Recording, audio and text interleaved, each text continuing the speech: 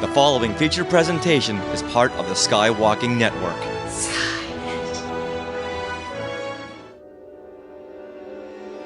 Welcome to Warsologies, the podcast about science and other academic fields of study seen in Star Wars. Before we get to our guests for this episode, we're excited to announce that we're going to be hosting 2 panels at Star Wars Celebration. Stay tuned until the end of this episode for more details. I'm your co-host, Melissa Miller. I'm the science and technology writer for Nerdist. And I'm your co-host, James Floyd. I write for Star Wars Insider Magazine and StarWars.com as a freelancer. This episode, Star Warsologies, is going to chat about economics. Yes, we're finally getting to the episode where we talk about the taxation of trade routes and outlying systems. Our guest experts today are Maloney and Alex Parret, who are economists. Alex has a PhD in economics and works at Google, and Molly will start at the Brattle Group after completing her PhD this summer at the University of California at Irvine. Welcome, Alex and Molly. Thank you. Thanks so much for having us. It's great to be here. So great to have you. I'm excited to finally get to this episode we've been hyping for the entire run of our show so far. Can you quickly define what is economics and tell us a little bit more about your expertise? Well, this is one of our favorite arguments, actually. I would define economics as the study of scarcity and how people sort of respond to that scarcity in terms of resources, incentives and behavior and decision making. And I always like to joke that economics is the study of everything, because you can really cast almost every problem that we face in day-to-day life in an economics context. Just like physics. Exactly. And economists like to pretend that we like to be experts in everything. We like to pretend that we're physicists sometimes. So there's some parallels there. So what are your individual specialties in economics? Sure. I like to study economics of gender and economics of discrimination. So sort of a more niche area. Yeah, so I'm an economist by training, but I didn't spend much time doing traditional economics. Most of my work has been on the measurement side. So it's mostly statistics, but for economics problems. So most of my work is usually answering questions like, well, if something changes, how do we measure why that thing changed? Doing that in as flexible of an approach as possible, minimizing kind of the assumptions that we place on the models. Is that econometrics, or is that something completely different? It is different? econometrics, yeah. I try not to use the term too much because people are like, oh, what's that? But yes, my specialty is in econometrics. Nice. Yeah, we definitely have some jargon on the show, just as long as you explain what it is. Awesome. Did Star Wars influence your career paths at all? Well, I'm a later to the game fan, so not for me specifically. Alex, did it for you? Yeah, I don't think it did. I mean, I definitely have spent a good chunk of my life with Star Wars, starting as a very, very young child, watching the original trilogy over and over and over again. And actually listening to the now Legacies audiobooks was a big part of my childhood. Heir to the Empire was a fan favorite, definitely. Oh, yeah. I read that so many times, and it's so much fun still. I was just going to say, I think it's fairly separate in terms of my academic pursuits and my love of Star Wars. But now looking back on it as economists, do you pick up on all sorts of things? Are you able to enjoy it for what it is, or do you nitpick little bits of it? Well, I think especially in preparing for this, we were thinking about it a little bit more, but probably some things stick out more than others in retrospect. Yeah, I mean, I don't think watching it, like as a kid, obviously, I was not in tune to as much detail as there was in terms of the economic motivations for almost all of the storylines. But yeah, looking back, kind of looking at particularly the prequel trilogy where they really flushed some of this out, it's very cool how much time they spent thinking about it. So back in the original trilogy days, you weren't thinking about how much profit and overhead does it take for the Jawas to, get along? Is driving across the desert looking for droids really that great of a business model? No, I don't think so. It was more like, oh yeah, I get to see R2 zap one. Yeah, now that you mention it, the economics just on Tatooine could probably be an episode in terms of, there's slavery there. That's obviously a consideration. Moisture farming, are these subsistence or is this actually making money? Now I've got all sorts of questions. Mm-hmm. Lots of payoffs going on. Yeah, especially with all the gambling going on there and all the crime. That's right. Now the big question, taxation of trade routes. How might you tax trade routes? Well, I mean, I think when they talk about taxing trade routes, I always thought that the phrasing seems sort of odd because it seems to me the most obvious place to tax would be, in a port or, at the end point. So I guess, yeah, the idea of taxing, if that's that literal interpretation is a little bit trickier.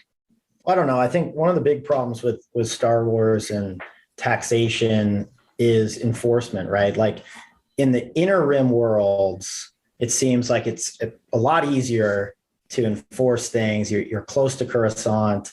You can actually collect these taxes. Everyone's doing well, but then you start getting further and further out. And the cost of enforcement becomes pretty astronomical if you think about it. So I'm not really sure what the benefits are at a certain point. Once you get far enough out, these poorer worlds like Tatooine, for example, would it be worth taxing these guys? It also depends on what point in time we're talking about. Obviously, if we're talking about the prequel timelines, then that's not even part of the Republic. But maybe in the newer periods, does the Empire even care about Tatooine? Probably not. Yeah, I'm thinking with the Trade Federation, the Republic might just say, hey, you're using this trade route. You got to give us so much money to keep a monopoly on that. If you want to control the trade to Naboo from these other places, you got to pay the Republic so much to keep your monopoly on that. And that kind of makes it really tough for, planets like Naboo that don't get a say. We're looking into the origins of the Trade Federation as like a means to establish free trade routes originally, which is kind of like a natural monopoly, right? Like the government, in this case, the Republic, is giving these guys access to the trade routes and saying, hey, open these up, enforce these, make sure that they're open lanes for trade. But then all of a sudden, the Trade Federation, as you might expect sometimes a monopolist to do, will take advantage of that situation. And that's kind of where things go south. They start trying to take some of the profit away from the lanes. They start imposing their own taxation, which was never the intent, right? But then, of course, you have the Sith pulling the strings, so it's kind of hard to disentangle the political machinations from the economics there. But yeah, it's quite fascinating what would have happened in the absence of, say, like a Sidious character putting that pressure on the Trade Federation. Would it have still been optimal for them to do what they did? Or would it have been the best strategy for them to just say, okay, here, take some of our profits. We're still going to make a lot of money at the end of the day. But on the other hand, it's not, I mean, you kind of said this, but it's not really practical to imagine a government enforcing trade routes so far out anyhow. Yeah. So, it's to some extent a plausible solution to sort of delegate that to a private entity. I guess we'd have to pull up our galactic star chart. I don't actually remember how far away Naboo is from Coruscant, but yeah, it's a good question. Yeah. Are there real world examples that sort of fit here? Thing that comes to mind for me is our privatized freeways and tolls. Governments don't have to build them. Private entities gets to tax the people who drive on them.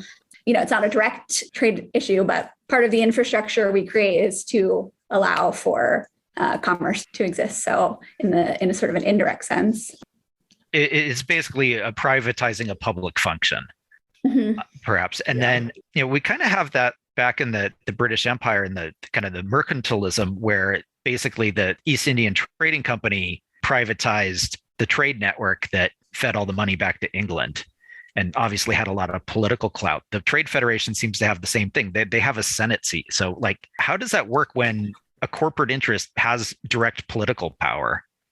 Well, we kind of have that now, right? With lobbies. But indirectly. But it's indirect, yeah. So direct, that's interesting. Like, do we have any examples of a corporation having a vote? Although is it the question I have is how advantageous is it to have a direct, like, I think if you asked Facebook if they wanted to be responsible and vote in the Senate, I think they would say no, for example. Or, when I think about the big giants today, I think there's some advantages to having indirect power. So it is interesting because, I think a lot of times you want to be influencing without the responsibility. Right. Maybe they wouldn't have raised so many red flags if they had just sort of worked a little bit more subtly in the system or something. Just using all that dark money.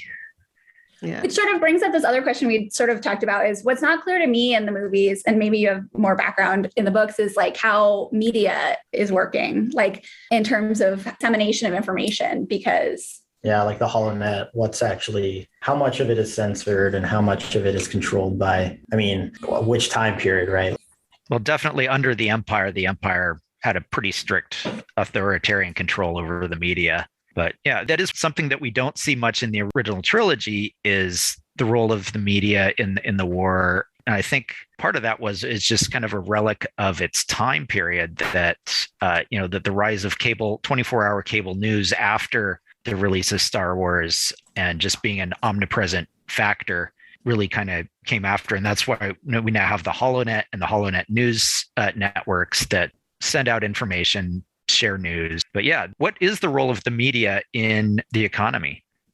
Well, there's lots of ways to answer that question. I think, there's obviously a direct sense in which the media is, selling ads and that sort of sense. But I also think it's a big way in which we monitor the rest of the economy and the political factors that are at play is through, it's a form of oversight, I would say, which is sort of what I was getting at when you're thinking of the benefits of indirect or direct power. I think part of that trade-off is incumbent upon, having someone sort of that information getting out of who's voting and how that's perceived by the population at large. That's where I was thinking about that question.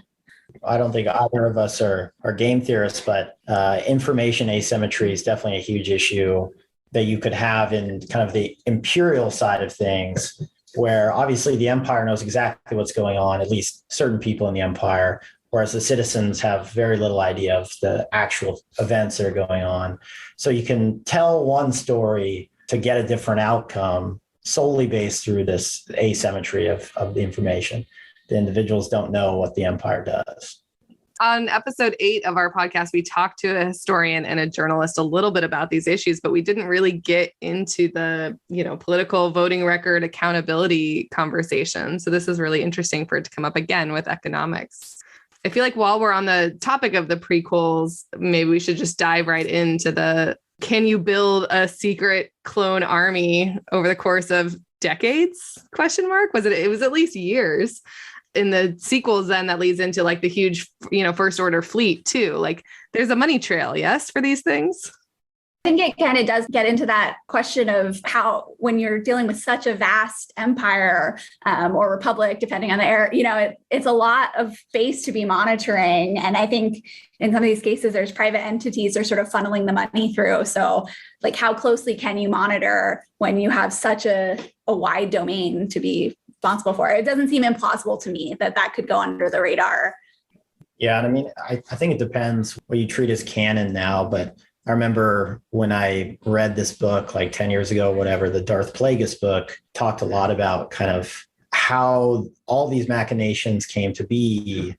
And it's not really surprising that when one individual is pulling all the strings through various means, that they can hide a lot of things, especially when you have the Jedi Order involved. Like, I don't think the Republic didn't have much oversight onto what the Jedi were doing. In a lot of ways, I guess you could think about it as like the central bank, like the federal government has very little oversight into what the central bank can do. So I guess the Jedi are like a central bank type entity. Wait, does that make the Jedi Council the Federal Reserve Board?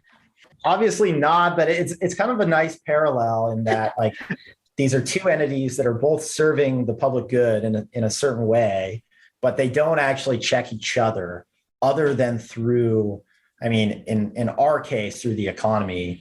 Actually working the way we want it to. In the Republican Jedi case, I guess it's the societal well-being. Of course, that didn't work out so well there. So hopefully we don't have any kind of parallels other than the oversight. But I don't see why it would be hard, at least for the clone army part. As far as like they were so far away, Yeah, that's interesting to think about because I mean, I don't watch Attack of the Clones super often, I'll be honest. But whenever I do, I'm like, wait, he's both the Darth Sidious, Chancellor Palpatine, orchestrating both of these huge, the clone army, the droid army. But what you say makes sense. I just never thought about it before, that it's actually easier if he's sort of in charge of both of those things. So that's interesting that that's actually potentially, maybe not on that scale, but potentially realistic. But also, what an expensive scheme. Yes. Well, the Sith have been working at this for millennia. So there's this thing I think you guys know about. It's called compound interest. So they've got money. Yeah, fair, they certainly fair. do. This was always a thing, though, when I was watching old James Bond movies, or it came up again, obviously, in Austin Powers, is you have these huge, secret layers or missiles or whatever, and lots of people have to build these things. Lots of people have to get paid, right? There's payroll, there's, lunch services, there's just all of these little things would be noticeable, especially for, Dr. No out in the middle of the desert or whatever. Like all of these workers have to live somewhere. So the economics of all of that level of stuff seems like summone would have noticed. It's hard because we don't see any, like in the US, we have organizations specifically created to sort of be sussing out these sort of security threats. And you don't really see that. I think you're right. It just, I think the enforcement bodies aren't super clear to me. And also you have a planet that's solely designed to clone people or clone creatures, basically, right? Their economy, from what we see, it's like a closed economy other than transactions to generate these clones. So from that perspective, it's like one check that goes to these guys and they just do it. They do everything that they're normally doing. And the Republic is not saying, hey, you guys are allowed to clone these guys. You're not allowed to clone those guys. I don't even know if they're part of the Republic at that point. I mean, I assume they're not, but I don't know. Aren't, but then during the Clone Wars, they come and they have a senator named Halle Bertoni. These are also James Bond names. I just have to point that out since we were talking about James Bond a minute ago. Yeah. I certainly want to talk about currency because I've been thinking about it a lot recently with Book of Boba Fett and all the payoffs, like you said, helmets full of coins and stuff. But I also want to understand, I mean, I know that linguistics don't study spelling, right? Do economists actually study and work with currency, right? Is this an economist's field? So there are definitely economists who pay attention to currency. We're probably not in that category. But I think it's also fair to say that, I guess I shouldn't say most, but many macroeconomists would say that money is hard to explain. Yes, yeah. So the existence of money doesn't enter into most of the models that we use. It's much more abstract in those cases. So yeah, we like to talk about things in what we call real terms. Money, obviously has lots of different meanings. That there's the actual currency. There is money that's basically just value in banks and financial instruments that doesn't relate to actual currency. It's just kind of passed around and that becomes the money supply. Looking at the values that we do see mentioned, they're pretty scant on when they mention actual kind of credit amounts. But, when they do you think that it all relatively makes sense? Like, yeah, that sounds like a reasonable price for that. I think it's a little bit hard to judge because, right, it's all coming down to what there is in abundance and what there is in scarcity. And so as not maybe as meticulous a viewer as some others, it's not always obvious to me, like what materials are really abundant on a planet, how much labor, what their labor force is looking like. And so, to compare the price of one thing to another, it's not always clear to me. One thing about the value of a dollar in, say, Venezuela versus the value of a dollar in San Francisco, like the actual value. You mean like what it's getting you? Yeah, exactly. Right. Yeah. As a unit of exchange for some good. I guess the example of Luke speeder bike selling for X number of credits. One of the big issues in Star Wars to me is always, what is the actual unit of currency? Is it imperial credit or is it something else? Because we see early on, like Tatooine doesn't accept Republic credits. So why would they accept imperial credits? It seems kind of weird. So maybe there's a different type of credit they're referring to. But at the same time, but that can also change over time, right? Like the value of a certain currency, we know people are more or less willing to accept it when they have more or less trust in the government that insures it. Yeah, I'd forgotten about them not accepting Republic credits, because then in The Mandalorian, right, they don't accept Imperial credits. And that seems interesting because, like, does that mean they're made out of something different? Is it just the stamp on it? Is it like what you were talking about, the government that backs it up? Obviously, that government doesn't exist anymore. There's a devaluation there. Now it makes me wonder if there's inflation in Star Wars. Very timely topic, yes. Well, you would certainly think there would be, right? If the Empire is actually paying a huge portion of their labor force, which it's not really clear that they are, but suppose they were, and they're constantly building and building and building, it would seem logical for them to be devaluing their currency. We don't really see evidence of wages or exchanges. I can't even think of an example in the literature where that pops up. Do we know what the imperial credits are made of? Are they a fiat money or? I believe so. Can you explain currency devaluation and fiat money for us really quick?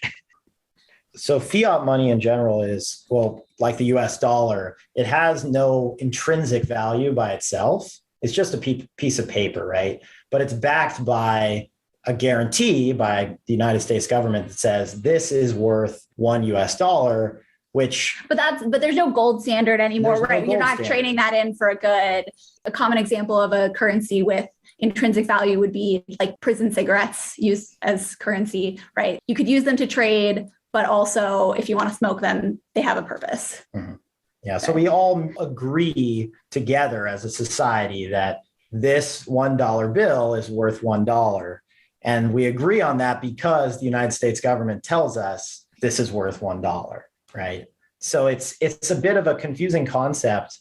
And again, why it doesn't show up in economic models, because we usually like to think of money as something with intrinsic value. But that's kind of the gist of it. And I think the question was, do we see imperial credits as anything other than fiat money? I don't know of an example where we see imperial credits, but I think in like video games and stuff, you see cards, right? I think. Okay. They're not made out of Beskar. Definitely not made out of Beskar. They'd be like, I'm going to take all this money and make some armor. Yeah. Well, we see that with pennies, right? I think pennies, if you melted them down, are worth more than. Yeah, if you want to commit the felony, you can do that. Hey, copper is, a hot commodity these days. It's true. Yeah, and so then going back to kind of inflation and money devaluation, if the empire were paying everybody wages and these wages were fixed, say like for whatever reason they were paying Death Star techs $100 an hour or 100 imperial credits an hour, and all of a sudden here comes the rebellion. The first Death Star is destroyed. We are building a second Death Star. We're crunched for raw materials. We just start creating imperial credits. Now we keep the wages at 100 imperial credits an hour for all these Death Star techs, but the real value of that imperial credit is going down because I'm creating more and more imperial credits. It's going to buy you less. Yeah. So that would be like one of the classic ways of devaluing your currency in a situation where the government is stretched for funds. I don't know. It just seems like in an economy that big, would it really devalue that much? Well, I mean, think about you could create arbitrarily many credits, right? So if this happens a lot you see this in Argentina, you've seen this historically in places like Zimbabwe, the central banks there, which are usually part of the fiscal policy side, so kind of the elected officials, they'll want to push some agenda. And so they'll tell the central bank, print, and they'll print billions and billions of whatever their unit of currency is. And all of a sudden, something that costs $1 Argentinian dollar will cost 100. Now, the person on the street that's making money, their wages are sticky. They're not going to change overnight. So their employer is still paying them $10 an hour or whatever. But now the real value of their dollar has gone down 10x. So it's actually a pretty easy mechanism for the empire in this case to do that will have an immediate effect. It's not a good long-term strategy. No, it's a terrible long-term strategy, right? But here they don't care. Not recommending right? it. Here they really don't care because it's so different. And obviously the emperor doesn't care about money. Maybe that is why they don't accept. That's another reason not to accept imperial credits. Yeah. Right. Yeah, that's interesting. I don't know if this topic gets too political, but I am curious about economics of war. We were talking about in Star Wars, right? Like every trilogy is based around conflict. And as you said, it's not necessarily logical to operate this way. So what economic value is there in starting, finishing, having these sort of huge epic wars?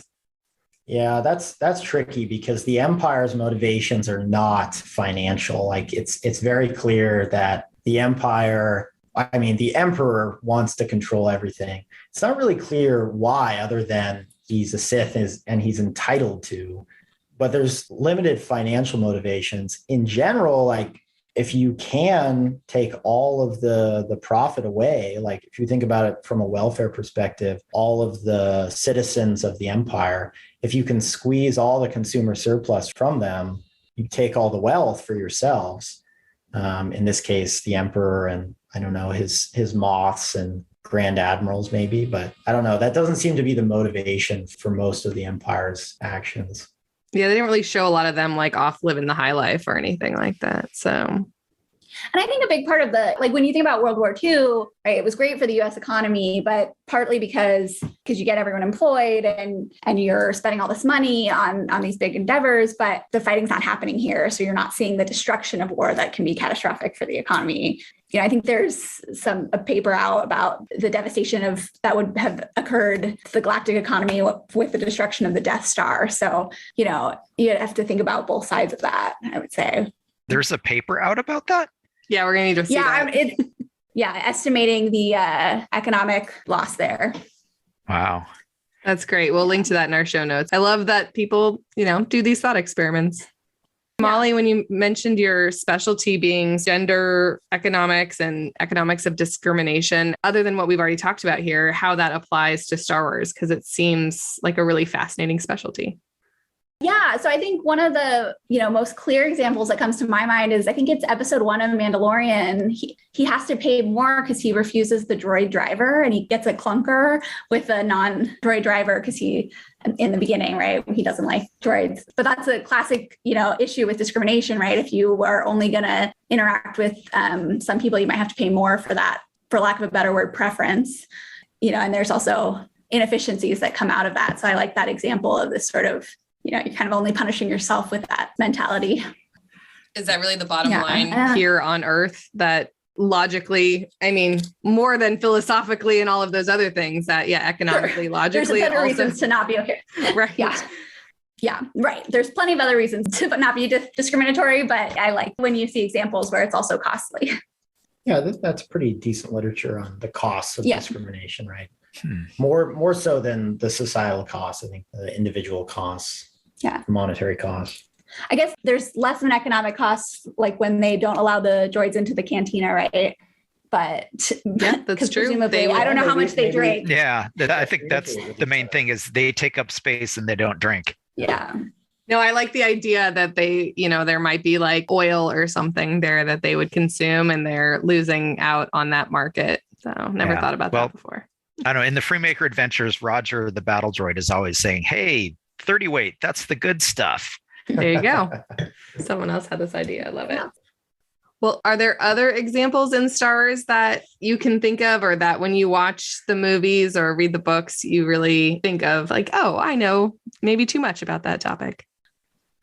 When we were talking about the hiding of the clone army or those things, what always strikes me is I want to know who's funding the Rebel Alliance and like how their money is not affected when obviously Leia's family had money, but like the planet blew up. Where were her assets being stored if she still has access to all that cash? So that's always sticks out to me as kind of confusing. You're princess of what now? Yeah, where sweet asteroid all your money off-world? I don't know. Yeah, it's like I hope her assets weren't in real estate. Right. Yeah, of all of the times we've thought about dark stuff at Alderaan exploding, I hadn't ever thought about all of her money in the bank somewhere. Interesting. Ben is so confident he can pay Han Solo. And they do. They're like, here's your money. They have it somehow still. So I don't know. Yeah, I guess it was all she was just carrying it around. Yeah, she's just her. I mean, there's not a lot of room though in those outfits they put her in. Like, yeah, maybe it's in her hair. Inside the bun, there's like coils of cyber currency. Interesting. Yeah, I never thought about that, but you're right. When Han's walking off, right, with those like ammo boxes or something like that of credits. Yeah, he's being paid in hard cash, which is probably what you want from a rebel group that is like, oh yeah, they could wire transfer you some money and then you find your bank account frozen because the Empire found that. Well, are there any other topics that we should make sure we get to that you are excited to talk about? We talked about principal agent problem.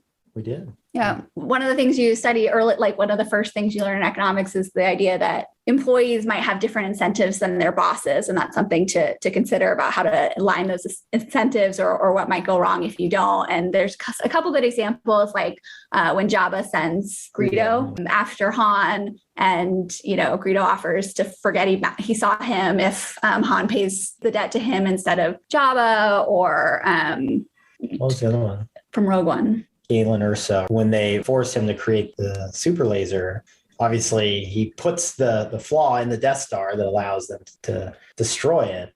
So that didn't really work out for them either. Basically, like the free perks of having soda in the fridge, that doesn't always be the right motivator for your employees. Exactly. That, they might want to subvert you, or they might just want to go make their own money. And you can kind of also see that maybe not on an economic level, but on a political level, when Vader offers to Luke to, join me and we can rule, his father and son, the Emperor would be like, no, wait, that wasn't part of it. I didn't hire you to do that. Right. Exactly. Yeah. Oh, and you were talking about Vader's poor management skills, That's a different type of motivation.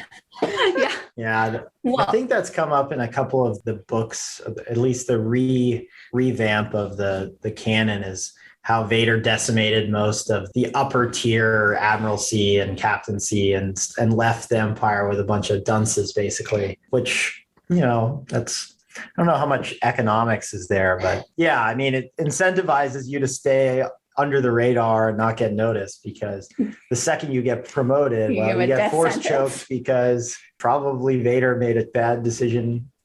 Yeah. I think one of my favorite moments, Vader, kills one of the guys giving him bad news via hologram, I think. And the second in command is standing there and just sort of like steps over his dead body and like takes over, like, okay, I guess I'm in charge now. Congrats on my promotion. And just the look on this guy's face is just, it's classic. But yeah, you're right. Not a great incentive program. Yeah, it's kind of a different form of failing upwards. Yeah, exactly. Yes. Well, how would one go about getting into different fields of economics? What would be the career path for someone wanting to do that? So the first step is to take a lot of math classes, for better or for worse. That's sort of the prereq. If you want to go into like a graduate program, there's economists, though, I would say at a lot of different levels of education. So, there are economists, I had a friend go work for the Bureau of Labor Statistics right out of undergrad. So you certainly can work in the field right out of undergrad. But if you were interested in like pursuing grad school, I think the biggest thing is taking a lot of math. And I would say that's the biggest hurdle. Yeah, now after undergrad, there's a lot of great what are called pre-doc programs that have cropped up to match the US system with the way Europe does things. In Europe, they kind of specialize a little bit earlier on. They start master's programs and then they matriculate to PhDs. In the US, because we have kind of this gap in education between undergrad and the PhD program, they've created these pre-doc programs. So if you're, I don't know, like a sophomore, junior in college and you're thinking about this, it's probably worth exploring what pre-docs are available. And the biggest thing I would say is if you're really interested in this in college, is go talk to the professors. They're going to know people and how to get you on the right path. Because it's a hard thing to do, to break into, at least for grad. Well, it's just that economics is a field where undergrad economics looks really, really different from grad school economics. And so it's just sort of a weird thing. Whereas I know I'm sure there's other fields where that's also true, but it's not true in every field. And so I think I had no idea what it would look like.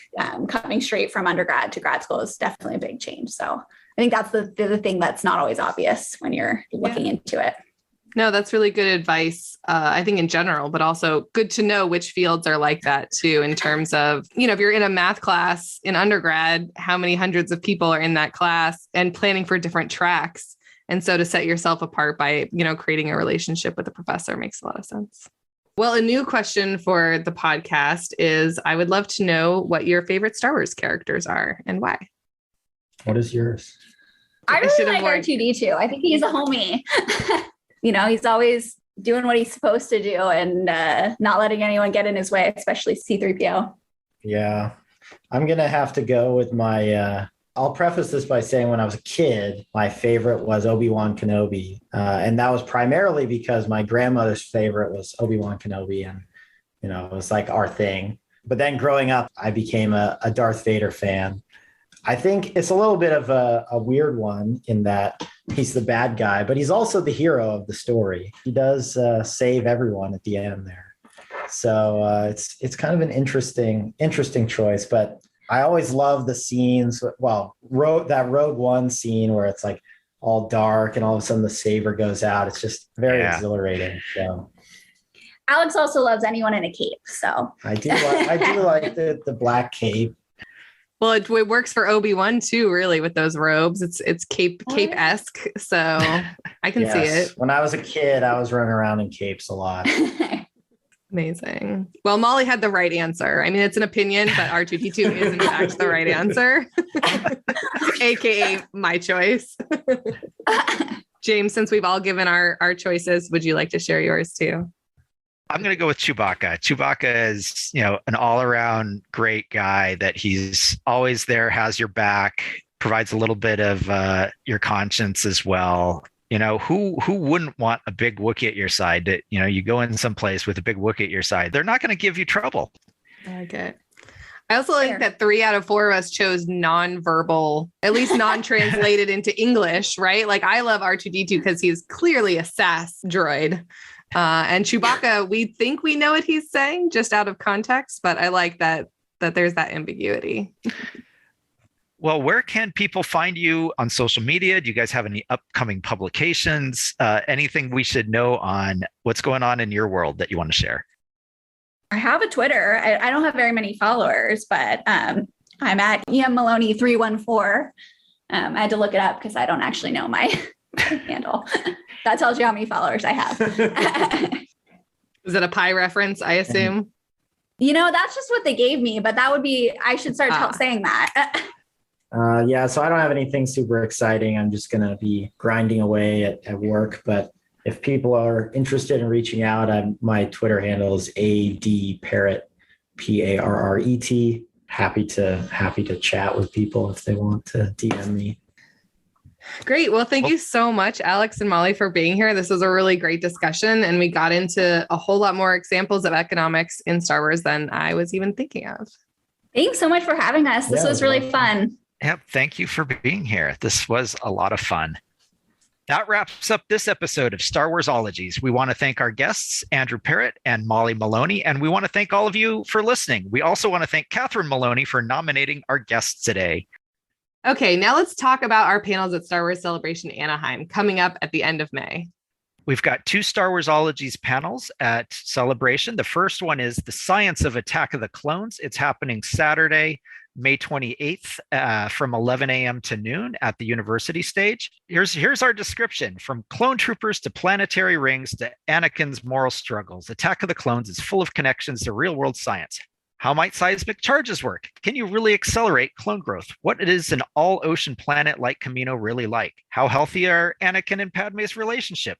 We have a bunch of great experts. Fawn Davis, the prequel model maker, will be joining us, as well as Dr. Drea Letamendi, a psychologist, Dr. Jim Lehane, our resident friend geologist, Dr. Lisa Will, astrophysicist, and J. Diane Dotson, who is a sci-fi author and biologist. Join us in celebrating the 20th anniversary of Episode 2 with a look into its science and technology, hosted by me. Next up, the panel is called Galactic Critters Big and Small, and it will be Sunday, May 29th at 2 p.m., also on the university stage. Hosted by me. It's about wildlife in Star Wars, my favorite topic. Creatures big and small capture our attention and leave us curious to know more. I'm going to edit together clips of these wonderful critters, and they'll be narrated in the style of a nature documentary. I'm bringing together a panel of experts, including herpetologists, that's the study of reptiles and amphibians, Frank Santana, molecular biology, that's the study of cells, Michelle Nolasco, an ophthalmologist, eye specialist, Amit Patel, and paleoecologist, Jim Lehane, to talk about prehistoric life. We'll also have conservation biologist Samantha Wins to share how to help animals threatened by technology, invasive species, and even galactic war. While Star Warsologies is presenting those two panels, I'm also doing a third panel. It's called Star Wars Tourism, Visiting the Galaxy Far, Far Away on Earth. It will be Friday the 27th from 2 to 3 p.m. at the university stage. From the deserts of Tunisia and California to the glaciers of Norway and the palaces of Italy, Star Wars filming sites are on everyone's travel bucket list. Our team of experts, led by me, will help you learn about where to go, how to get there, and how to get the most out of it with your fellow Star Wars fans. Whether you want to trek to remote places like Skellig Michael in Ireland or visit places in our own California backyard, we've got the info and tips for you. Rounding out our crew of tourism specialists are Sander DeLange, who writes for Star Wars Insider Magazine and TK421, Charla Teeter-Stewart, the Imperial County Film Commissioner, and Richard and Sarah Woloski, who you know from the Skywalking Through Neverland podcast. Richard Woloski also wrote a book, and it's now available for pre-order. It's going to be ready for shipping or pickup at Star Wars Celebration Eve on May 25th. This is at the big Boonta Eve Cantina Bash and book launch. That's going to be at Big's Bar in Fullerton, California, the night before celebration. It's going to be a free event from 4 p.m. till midnight, an evening of podcasting, singing, celebrity signings, and the Today in Star Wars History book launch. And also live podcasting from Richard and Sarah from the Skywalking Network. Check out the Facebook event for details on the Skywalking Through Neverland page. Sarah and Richard are also hosting two more panels that we'd like to tell you about, celebrating the Ewok adventures with Eric Walker and Kevin Thompson, and Fandom Through the Generations with guests Craig Miller and Dan Madsen, and maybe a surprise guest or two. Skywalking Network will also be on the podcast stage. Come join us for a variety show, and we're going to give each of the Skywalking Network podcasts and hosts a chance to be in the spotlight. So James and I will be there, Skywalking Through Neverland and the rest of the network. That's going to be Friday, May 27th at 5 p.m. Yep, come ask us anything. Wow, James, we're going to be so busy. We hope to see you all there. Meanwhile, if you have an idea for a topic for Star Warsologies or know an expert we should interview, let us know at Star Warsologies on Twitter and Instagram, or at Star Warsologies, that's Star Wars OLOGIES at gmail.com. Please also rate, review, and subscribe to the podcast on your favorite service. And we'll have to come up with a new ending catchphrase, because no topic is off limits. Even the taxation of trade routes and outlying systems doesn't really work anymore. So let us know on social media if you have a new suggestion. We are part of the Skywalking Network, where you can also find a variety of other great shows about Star Wars, Disney, and Marvel, including classic Marvel Star Wars comics, the Neverland Clubhouse, Resilient Squadron, and the flagship show Skywalking Through Neverland. You can find all of these shows at skywalkingnetwork.com. See you next time on Star Warsologies.